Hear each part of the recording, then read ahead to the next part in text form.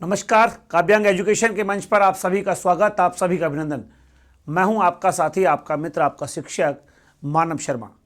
साथियों, आज हम जिस पर बात करने वाले हैं, 18 दिसंबर को उत्तराखंड पुलिस भर्ती का पेपर हुआ। उत्तराखंड पुलिस भर्ती में हिंदी का पेपर जो हुआ, उसके जो 19 प्रश्न हिंदी में आए थे, आज हम 19 प्रश्नों को करेंगे और उन प्रश्नों को जानेंगे कि आखिर उनमें एग्जामिनर ने क्या पूछा था। इस बार राजस्थान में भी सीईटी लागू हो गई है और ऐसी स्थिति में पुलिस भर्ती में भी पहली बार हिंदी व्याकरण आपको बहुत दिनों बाद देखने को मिलेगी। तो हिंदी व्याकरण के जो महत्वपूर्ण प्रश्न उत्तराखंड पुलिस भर्ती का पार्ट थे, यानी उत्तराखंड में जो पुलिस भर्ती हुई उसमें हिंदी व्याकरण के जो महत्वपूर्ण प्रश्न आए थे, 18 दिसंबर को जो पेपर हुआ उसको मैं आपको सॉल्व करवा रहा हूं। चलिए देखते हैं प्रश्नों को। उससे पहले काव्यांग एजुकेशन में आपका हार्दिक स्वागत, हार्दिक अभिनंदन। अगर आपने हमारा ऐप डाउनलोड नहीं कर रखा है तो आप ये लोगो देख करके प्ले स्टोर पर जाइएगा। काव्यांग एजुकेशन हमारा ऐप है और काव्यांग एजुकेशन आप ज़रूर डाउनलोड कर लीजिएगा। हमारे ऐप को लॉगिन करिएगा और जो फ्री मटेरियल है वहाँ पर बहुत कुछ आपको देखने को मिलेगा। अगर आप हमारे विद्यार्थी हैं रेगुलर और अगर ऑनलाइन आपको किताबें मंगवानी हैं तो हमारी हिंदी व्याकरण, हिंदी साहित्य का इतिहास और हिंदी शिक्षण विधि, ये तीनों पुस्तकें ऑनलाइन आपके लिए उपलब्ध हैं। आपको केवल अपना एड्रेस दिए गए व्हाट्सएप नंबर पर 9414153400 इस पर आपको सेंड करना है। ऑनलाइन आपको ये पुस्तकें घर बैठे डाक से मिल जाती है। चलिए बढ़ते हैं उत्तराखंड पुलिस भर्ती परीक्षा के इस पेपर की ओर। और पहला प्रश्न यहाँ पर देखिए, ये रहा। रेलगाड़ी किन भिन्न भिन्न भाषाओं के शब्दों के जोड़ से बना है?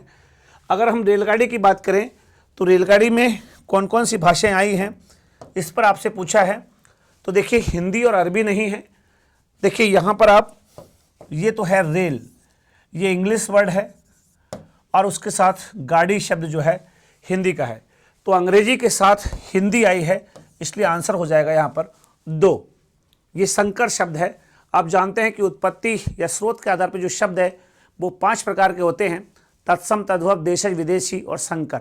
संकर शब्द होते हैं जो कि 2 भाषाओं से मिलकर बनते हैं, जबकि तत्सम शब्द संस्कृत के होते हैं, तद्भव शब्द हिंदी के होते हैं, देशज शब्द गांव से, देहात से, आंचलिक जो भाषाएं हैं, आंचलिक जो क्षेत्र है वहाँ से निकल कर के गाँव ढाणे की भाषाओं से आए हैं। और आप जानते हैं कि विदेशी शब्द विदेशी भाषाओं से आए हैं, जैसे कि फारसी विदेशी भाषा है, अरबी विदेशी भाषा है, अंग्रेजी विदेशी भाषा है, उर्दू विदेशी भाषा है। दूसरा प्रश्न देखते हैं। दूसरे प्रश्न की आपसे बात करेंगे, उससे पहले इसका साउंड थोड़ा सा म्यूट किया जाए। दूसरा प्रश्न आपके सामने, निम्नलिखित में से अग्नि का पर्यायवाची नहीं है। आपको यहाँ पूछा गया है कि जो अग्नि है उस अग्नि का पर्यायवाची आपको बताना है कि अग्नि का पर्यायवाची कौन नहीं है। आग, जी हाँ, ये तो अग्नि का पर्यायवाची है। अनल, ये भी है। अनिल नहीं होता। वैश्वानर भी है। अब यहाँ पे जो चारों ऑप्शन आपको दिखे हैं, आप देख सकते हैं आग, अनल, लेकिन जो अनिल है ये अनिल हवा को बताता है, ये वायु के लिए है, हवा के लिए है। ऐसी स्थिति में 3 यहाँ पर आंसर हो जाएगा। पर्यायवाचियों में वैश्वानर जरूर याद रखिएगा, अग्नि का पर्यायवाची। तीसरा प्रश्न, सदानंद में कौन सी संधि होगी? सदानंद शब्द, देखिए सदानंद 2 चीज़ों से मिलकर बना है, ये सत और ये आनंद। और आपको पता है तय को दय में बदलते हैं कब? रूल है कि वर्ग के प्रथम अक्षर के पश्चात कोई भी घोष वर्ण हो, ए नहीं होना चाहिए बस। यहाँ पर अगर व्यंजन संधि है तो 5वां वर्ण नहीं होना चाहिए। ओके, तो पहले को तीसरे में बदल देंगे। क्यों? क्योंकि अगर 5वां आता है ना तब पहला 5वें में बदलता है। जैसे बाघ प्लस में बांग में, है ना, जगत प्लस नाथ जगन्नाथ, तय को नहीं बदला। लेकिन यहाँ पे तो घोष वर्ण आया, 5वां नहीं आया, तो पहले को तीसरे में बदलेंगे। घोष का मतलब सभी स्वर घोष हैं, यर लव है घोष हैं। इसके अलावा तीसरा, चौथा, 5वां भी घोष वर्ण होते हैं। तीसरा, चौथा, 5वां का मतलब गैघेण, जेझेण, डेढ़ेण, देधेण, बभम, यरलेब है आ गया और 11 स्वर। कुल मिलाकर के जो 31 वर्ण हैं वो घोष होते हैं, और वर्ग का पहला दूसरा यानी केखे चेछे टेठे तेथे पैफे 10 हो गए, और तीनों प्रकार के से तीनों प्रकार के से, तो तीनों से और पहला दूसरा 13 जो है अघोष वर्ण है, 31 घोष वर्ण है, और वर्णों की कुल संख्या आप जानते हैं मूल रूप से 44 है। ओके, तो मूल 44 वर्णों में घोष कोई भी आएगा पहला तीसरे में बदल जाएगा। तो शत प्लस आनंद व्यंजन संधि हुई, तय को दय में बदला है। व्यंजन संधि क्यों है?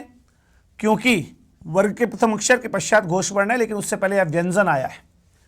तो जब व्यंजन आता है, चाहे वो आगे आए चाहे पीछे आए चाहे दोनों तरफ आए, यदि वर्ग के प्रथम अक्षर के पश्चात जो है घोष आएगा तो निश्चित है कि तय को दय में बदल देंगे।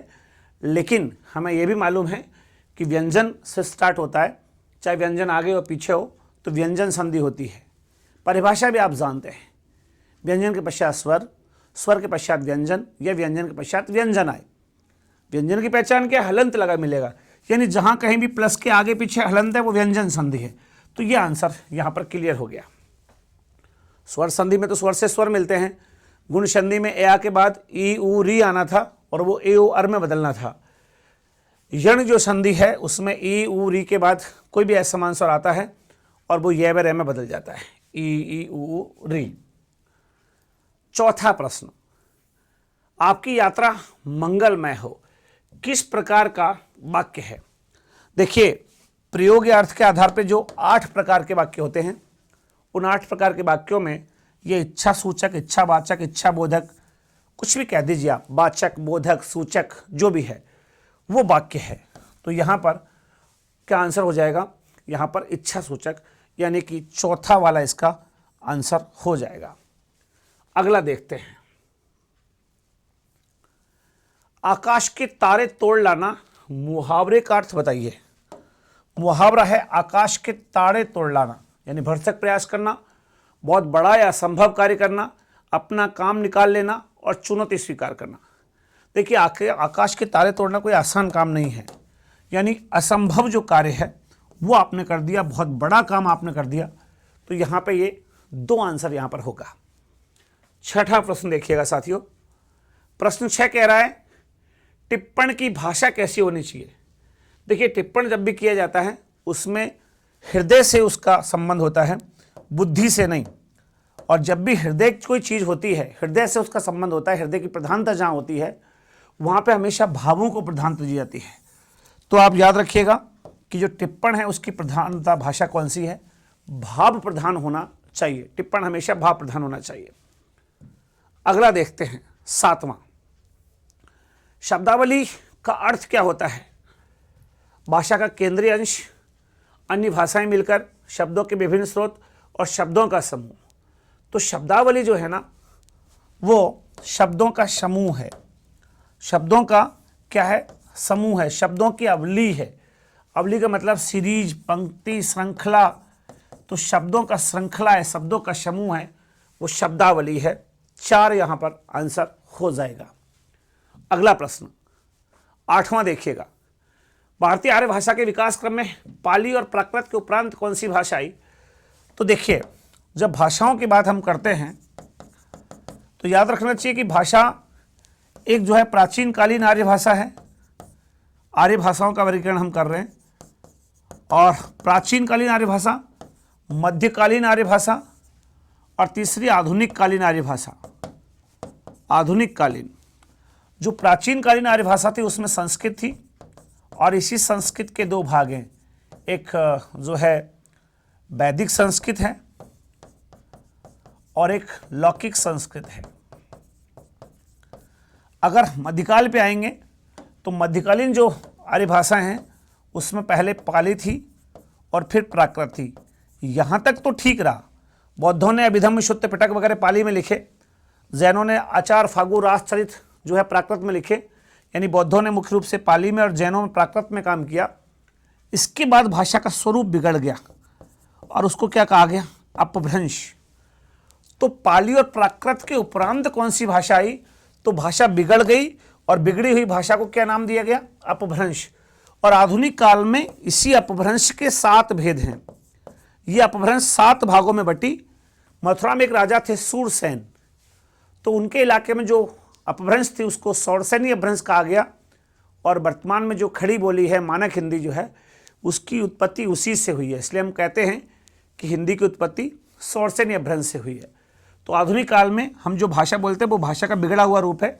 वास्तविक रूप से वो वैज्ञानिक भाषा जो है बिगड़ चुकी है, मतलब उसके रूप बदल चुके हैं, मूल रूप में वो नहीं रह पाई। आजकल उसमें कई सारे शब्द बीच में आ गए। प्रश्न सिंपल, पाली और प्राकृत के उपरांत अपभ्रंश, आंसर 3 हो जाएगा। आगे चलते हैं। मराठी तो आगे जाके अपभ्रंश में से निकलेगी, हिंदी भी आगे जाके अपभ्रंश में से निकलेगी, संस्कृत वैदिक काल में मौजूद थी। अगले पे आते हैं। कुमाऊनी जो बोली है, कुमायूनी क्षेत्र, कुमायूनी, इसका प्रमुख क्षेत्र कौन सा है? पौड़ी गढ़वाल नहीं, मसूरी शिमला नहीं, नैनीताल अल्मोड़ा बिल्कुल। नैनीताल का जो इलाका है उत्तराखंड का, और अल्मोड़ा का जो पार्ट है, अल्मोड़ा और नैनीताल, सुमित्रानंद पंत जो है वहाँ हुए अल्मोड़ा में। तो कुमायूनी जो भाषा है वो वहीं पर है, उस बोली को, कुमायूनी बोली को जो है ये यहीं पर है। तो आंसर हो जाएगा यहाँ पे 3। आगे चलते हैं। देवनागरी लिपि का जन्म हुआ किससे है? ये प्रश्न अभी अभी पूछा गया, किसमें? हिंदी सेकंड ग्रेड में। देखिए ये प्रश्न 22 दिसंबर को तो हिंदी सेकंड ग्रेड में पूछ लिया, और उससे पहले 18 दिसंबर को ये उत्तराखंड में जो है पुलिस भर्ती में पूछा गया। देवनागरी लिपि जो है ब्राह्मी से हुई है। ब्राह्मी में आगे चल करके एक लिपि आएगी जिसको बोलते हैं कुटिल लिपि। इस कुटिल लिपि के 2 पार्ट है, नागरी लिपि और शारदा लिपि। नागरी के 2 पार्ट है, देवनागरी और नंदी नागरी। और जो आपकी हिंदी है ना, वो इस हिंदी का जो है देवनागरी जो है ना, इसी को हिंदी को देवनागरी में लिखा जाता है। आजकल हिंदी की लिपि कौन सी है? देवनागरी। संस्कृत की लिपि भी देवनागरी है।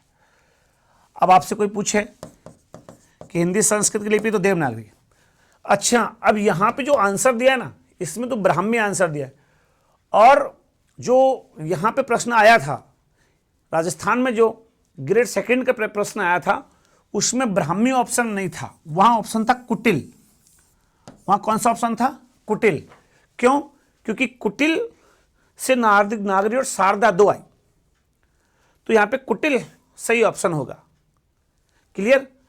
ब्राह्मी ऑप्शन नहीं था। खरोष्ठी तो बिल्कुल नहीं हो सकता। आगे सुनिएगा। कबीर निम्नलिखित शाखा के प्रतिनिधि कवि हैं, ये साहित्य का प्रश्न है। और कबीर की बात करें तो कबीर निर्गुण संत हैं, ज्ञानाश्रयी शाखा के हैं। निर्गुण संत हैं, ज्ञानाश्रयी शाखा के हैं, इसलिए कबीर के बारे में 1 यहाँ पर सही होगा। रामाश्रयी में तुलसी आएगा, कृष्णाश्रयी में सूरदास आएगा, और प्रेमाश्रयी में मलिक मोहम्मद जायसी आएगा। अलग अलग भाषा के अलग अलग प्रतिनिधि कवि हैं। कबीर इसका प्रतिनिधि, तुलसीदास इसका प्रतिनिधि, सूरदास इसका प्रतिनिधि, और आपको पता है मलिक मोहम्मद जायसी इसका प्रतिनिधि। आगे चलते हैं। आंसर 1 हो गया है। ये ज्ञानाश्रयी और प्रेमाश्रयी दोनों निर्गुण भक्ति में से हैं, और रामाश्रयी और कृष्णाश्रयी सगुण भक्ति में से हैं। श्री कृष्ण गीतावली, जब तुलसीदास वृंदावन यात्रा पे गए तो उन्होंने देखा कि वहां राम की तो बात ही नहीं करता कोई, सब कृष्ण ही कृष्ण की बात करते हैं। तो तुलसीदास ने लगभग 1608 के समय कृष्ण गीतावली लिखी। तो कृष्ण गीतावली किसकी रचना है? गोस्वामी तुलसीदास की। ओके, क्योंकि जब गोस्वामी तुलसीदास वृंदावन की यात्रा पे थे तो उन्होंने देखा कि वहां कृष्ण ही कृष्ण है चारों तरफ, मेरे राम को कोई बात ही नहीं कर रहा, वहां तो सूरदास का कृष्ण छाया हुआ है। तो उन्होंने कृष्ण गीतावली लिखी। ओके, अगला प्रश्न, कर्मभूमि के लेखक का नाम क्या है? एक ट्रिक याद रखिएगा, सेवा रंग प्रेम का निर्मल, सेवा रंग प्रेम का निर्मल, गवन कर्म गोदान से मंगल। गबन कर्म गोदान से मंगल, यानी कि सेवा सदन, रंगभूमि, प्रेमाश्रय, कायाकल्प, निर्मला, गबन, कर्म भूमि, गोदान और मंगलसूत्र। मंगलसूत्र अधूरा है। ये सभी उपन्यास है किसके? प्रेमचंद के। उपन्यास किसके? प्रेमचंद के, मुंशी प्रेमचंद के। अब आपसे पूछा है कर्म भूमि, तो देखिएगा ये रहा कर्म भूमि और मैंने लिखा था ये रहा कर्म, तो आंसर किसका हो गया? प्रेमचंद का। ओके, कर्म भूमि मुंशी प्रेमचंद का है। आगे चलते हैं। 14वां प्रश्न, हिम किरीटनी, हिम किरीटनी, हिम तरंगिनी, ये जो है आपको पता है माखनलाल चतुर्वेदी की रचना है। द्विवेदी युग के बड़े कवि थे ये। माखनलाल चतुर्वेदी राष्ट्रीय सांस्कृतिक काव्यधारा के लेखक है। हमारे जो है हिंदी के राष्ट्रीय कवि हैं, रहे हैं। हिम तरंगिनी और हिम किरीटनी जो है ना, हिम किरीटनी को देव पुरस्कार मिला था और हिम तरंगिनी को तो आपको पता ही है पहला साहित्य अकादमी पुरस्कार मिला था। माखनलाल चतुर्वेदी की रचना है। आंसर हो जाएगा 1। आगे सुनो, महादेव वर्मा के रेखाचित्र भक्तिन के प्रमुख पात्र भक्तिन का वास्तविक नाम क्या है? अगर ये प्रश्न बेसिकली उन लोगों से पूछा जाता है जिन्होंने थोड़ा बहुत साहित्य को जाना हो, थोड़ा बहुत साहित्य, तो आपसे वैसे प्रश्न पूछने की संभावना नहीं है क्योंकि ये पूरा पढ़ना आपको चाहिए था, लेकिन फिर भी मैं आपको बताता हूं कि इसकी जो पात्र है उसका नाम लघुमिन है और 3 यहां पर आंसर हो जाएगा। अगला, जब लिखने से कोई अंश छूट जाता है तो उसे प्रदर्शित करने के लिए कौन सा चिन्ह, जैसे आप ऐसा लिखना चाहें, राम के ज्येष्ठ पुत्र का नाम लव है। अब मान लो आपसे राम के ज्येष्ठ पुत्र में पुत्र लिखना छूट गया, तो आप क्या करेंगे? यहां पे चिन्ह लगाओ, हंस पद या त्रुटि पद चिन्ह, और यहां पे लिख दो पुत्र। तो ये जो छूटा हुआ चिन्ह है इसको बोलते हैं हंस पद या त्रुटि पद चिन्ह। ये ऊपर की ओर ऐसे लगाया जाता है। अगर आप ऐसे लिख दोगे ना तीर का निशान, तो ये गलत हो जाएगा। ओके, इसलिए हंस पद त्रुटि पद चिन्ह है, ये छूटे हुए के लिए लिखते हैं। निर्देशक चिन्ह तो संक्षिप्त विवरण देता है। अल्पविराम सब जगह काम आता है, थोड़ी देर रोकता है। और प्रश्नवाचक किसी प्रश्न का जिज्ञासा, समाधान, शंका चाहता है, उसका निराकरण चाहता है, इच्छा चाहता है कि उसका आंसर मिले, तो वो प्रश्नवाचक होता है। तो हंस पद और इसी का दूसरा नाम है त्रुटि पद। हंस पद बोल दो या त्रुटि पद चिन्ह बोल दो, एक ही बात है। तो ये रहा। ओके, ऐसे याद रखना। 17वें प्रश्न की ओर चलते हैं। भाषा की सबसे छोटी इकाई ध्वनि इकाई जिसके खंड नहीं किया जा सकते। अगर जिसके खंडन करना संभव नहीं हो, लिख पा रहे हो आप उसको, इसका मतलब तभी तो आप खंड देख रहे हो उसके, तो वर्ण है। भाषा की सबसे छोटी लिखित इकाई वर्ण है। यह भाषा की वह इकाई है जिसके खंडन संभव नहीं है। इसके बाद देखिए यहां पर भाषा की सबसे छोटी स्वतंत्र इकाई शब्द है, भाषा की सबसे छोटी अर्थवान इकाई शब्द है, भाषा की सबसे छोटी श्वास या प्राण तत्व के आधार पर इकाई अक्षर है, भाषा की सबसे छोटी पूर्ण इकाई वाक्य है, अभिव्यक्ति की सबसे छोटी इकाई भी वाक्य है। लेकिन आपसे पूछा क्या गया है? सबसे छोटी इकाई जिसका विभाजन खंडन नहीं हो सके वो वर्ण है। और भाषा की सबसे छोटी इकाई पूछ लेता तो वो ध्वनि है, लेकिन वो मौखिक है। भाषा की सबसे छोटी मौखिक इकाई भी ध्वनि है। आगे चलते हैं। अंतिम शब्द में कौन सा प्रत्यय है? अंत मूल शब्द है। और अंत शब्द में क्या लगाएं? देखिए मात्रा है और मैं है, तो अंत तो अलग हो गया, इम लगा है। इम कहाँ है? ये रहा। आंसर क्या हो जाएगा? 2। इम छोटा ही है। और ये संभवतः इसका अंतिम प्रश्न आज का, जो उत्तराखंड में पेपर आया था उसका ये लास्ट प्रश्न, कि निम्नलिखित में से स्त्रीलिंग शब्द कौन सा है? नीम नहीं है, अरावली, जमुना, जामुन और चंबल। तो देखिए अरावली एक पर्वतमाला है, चंबल और सिंधु को नदी होने के बावजूद पुल्लिंग में मानते हैं, है ना। तो अरावली अबली लगा हुआ है, जहां पे ई लग जाए ना वो वैसे भी स्त्रीलिंग है। इका या इन इनिनी आइन आनिया बती मती जादी। कौन कौन?